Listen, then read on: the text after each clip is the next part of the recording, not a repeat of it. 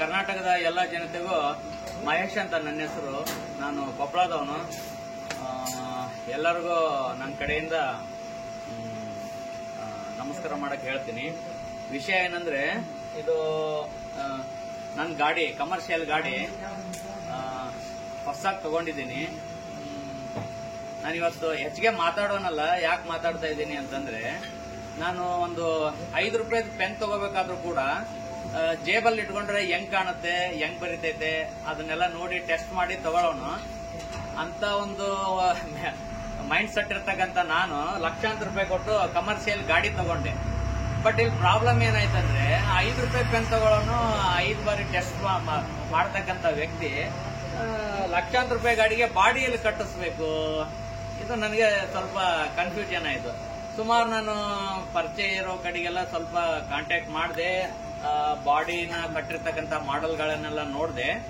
ಅದಾದ ನಂತರ ಅದರಲ್ಲಿ ಯಾವ್ದೋ ಒಂದು ಮಾಡಿಸ್ಬೇಕು ಅಂತ ಪ್ಲಾನ್ ಮಾಡಿದ್ದೆ.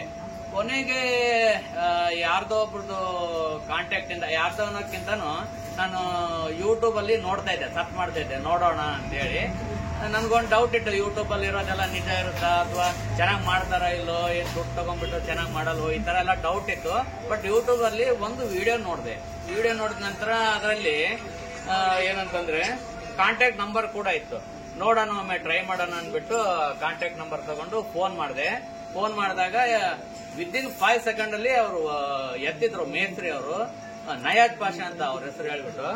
ಸರ್ ಅವರು ಹೇಳಿದ್ರು, ತುಂಬಾ ಚೆನ್ನಾಗಿ ಮಾತಾಡಿದ್ರು. ಮಾತಾಡಿದ ತಕ್ಷಣ ಅವ್ರ ಮಾತಲ್ಲೇ ನಾನು ಬಾಡಿಯಲ್ಲಿ ಮಾಡಿಸ್ಬೇಕು ಅನ್ನಿಸ್ತು. ಅದಾದ ನಂತರ ಇದೇನಪ್ಪಾ ಮಾತಲ್ಲೇ ಮಾಡಿ ಕೆಲಸ ಚೆನ್ನಾಗಿ ಮಾಡ್ತಾರಿಲ್ಲೋ, ಈ ತರನು ಒಂಥರ ಡೌಟ್ ಬಂತು. ಸಹಜನೇ ಅಲ್ಲ. ಈಗ 1000 ರೂಪಾಯಿ ಕೊಟ್ಟು ಬಾಡಿ ಮಾಡಿಸೋ ಟೈಮಲ್ಲಿ ಬರೀ ಫೋನಲ್ಲಿ ಮಾತು ವಯಸ್ಸು ಕೇಳಿದ ತಕ್ಷಣ ಬಂದು ಮಾಡ್ಸಕ್ ಆಗಲ್ಲ.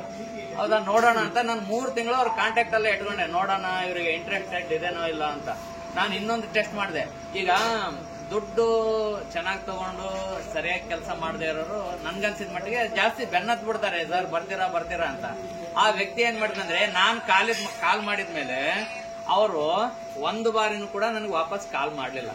ಇದ್ರ ಹಿಂದಿನ ರಹಸ್ಯ ಏನಂದ್ರೆ, ಅವ್ರ ಹತ್ರ ಅವರು ಬ್ಯುಸಿ ಇದಾರೆ ಕೆಲಸದಲ್ಲಿ, ಆಮೇಲೆ ಕೆಲಸ ಚೆನ್ನಾಗಿ ಮಾಡ್ತಾರೆ ಅಂತ ಒಂದು ಸನ್ನಿವೇಶದಿಂದ ನಾನು ತಿಳ್ಕೊಂಡೆ. ಅದಾದ ನಂತರ ನಾ ಕಾಂಟ್ಯಾಕ್ಟ್ ನಂಬರ್ ಅಲ್ಲಿ 1-2 ಟೈಮ್ ಫೋನ್ ಮಾಡಿದ್ಮೇಲೆ ಅವರು ಎಲ್ಲಿ ಬರುತ್ತೆ ಅವ್ರದ್ದು ಅಂಗಡಿ, ಯಾವ ಊರು ಅಂತ ಕೇಳಿರ್ಲಿಲ್ಲ.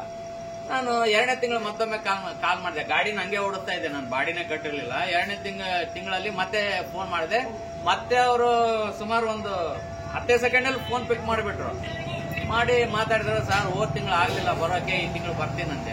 ಆಯ್ತು ಬನ್ನಿ ಸರ್, ನೀವು ಯಾವಾಗಾದ್ರೂ ಬನ್ನಿ ಮಾಡ್ಕೊಡ್ತೀವಿ ಅಂದ್ರು. ತುಂಬಾ ಚೆನ್ನಾಗಿ ಮಾತಾಡಿದ್ರು. ಮತ್ತೆ 6 ತಿಂಗಳು ಹೋಗ್ಲಿಲ್ಲ, ಆಗ್ಲಿಲ್ಲ ಅವರು ವ್ಯಕ್ತಿ. ಮತ್ತೆ 3ನೇ ತಿಂಗಳು ಹೋಗ್ಲಿಲ್ಲ. 4ನೇ ತಿಂಗಳಿಗೆ ಕಾಲ್ ಮಾಡಿದ್ರೆ ಅದೇ ರೀತಿ ತುಂಬಾ ಚೆನ್ನಾಗಿ ಮಾತಾಡಿದ್ರು. ಸರ್ ಯಾವಾಗಾದ್ರೂ ಬನ್ನಿ ಸರ್, ನೀವು ಅನುಕೂಲ ಮಾಡ್ಕೊಂಡ್ ಬನ್ನಿ, ಅದಕ್ಕೇನಿಲ್ಲ, ನಿಮ್ಗೆ ಯಾವಾಗ ಬೇಕೋ ಅವಾಗ ಮಾಡ್ಕೊಡ್ತೀನಿ, ಬೇಕಾದ್ರೆ ನಿಮ್ಗೆ ಯಾವ ತರ ಬೇಕೋ ಆ ತರ ಮಾಡ್ಕೊಡ್ತೀನಿ ಅಂತ ಎಲ್ಲ ಹೇಳಿದ್ರು.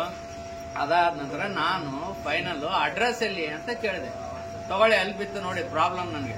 ಸರ್ ನಂದು ಕೊಪ್ಪಳ ಜಿಲ್ಲೆ ಬಂದ್ಬಿಟ್ಟು, ಅವ್ರದ್ದು ಬೆಂಗಳೂರು ದಾಟಿ ಕೋಲಾರ, ಸುಮಾರು ಬೆಂಗಳೂರಿಗೆ 385 ಕಿಲೋಮೀಟರ್, ಮತ್ತೆ ಅಲ್ಲಿಂದ ಈ ಕಡೆಗೆ 485 ಕಿಲೋಮೀಟರ್, ಹೆಚ್ಚು ಕಡಿಮೆ ಒಂದು 500 ಕಿಲೋಮೀಟರ್. ನಾನು ಬಾಡಿಗೆನೂ ಸಿಕ್ಕಂಗಿಲ್ಲ, ಬಾಡಿ ಇಲ್ಲ. ಯಾಕಂದ್ರೆ ಬಾಡಿ ಇದ್ರೆ ಬಾಡಿಗೆ ತಗೊಂಡ್ಬಿಟ್ಟು ಡೀಸೆಲ್ ದುಡ್ಡಾದ್ರೂ ಉಳಿಸ್ಕೋಬಹುದು.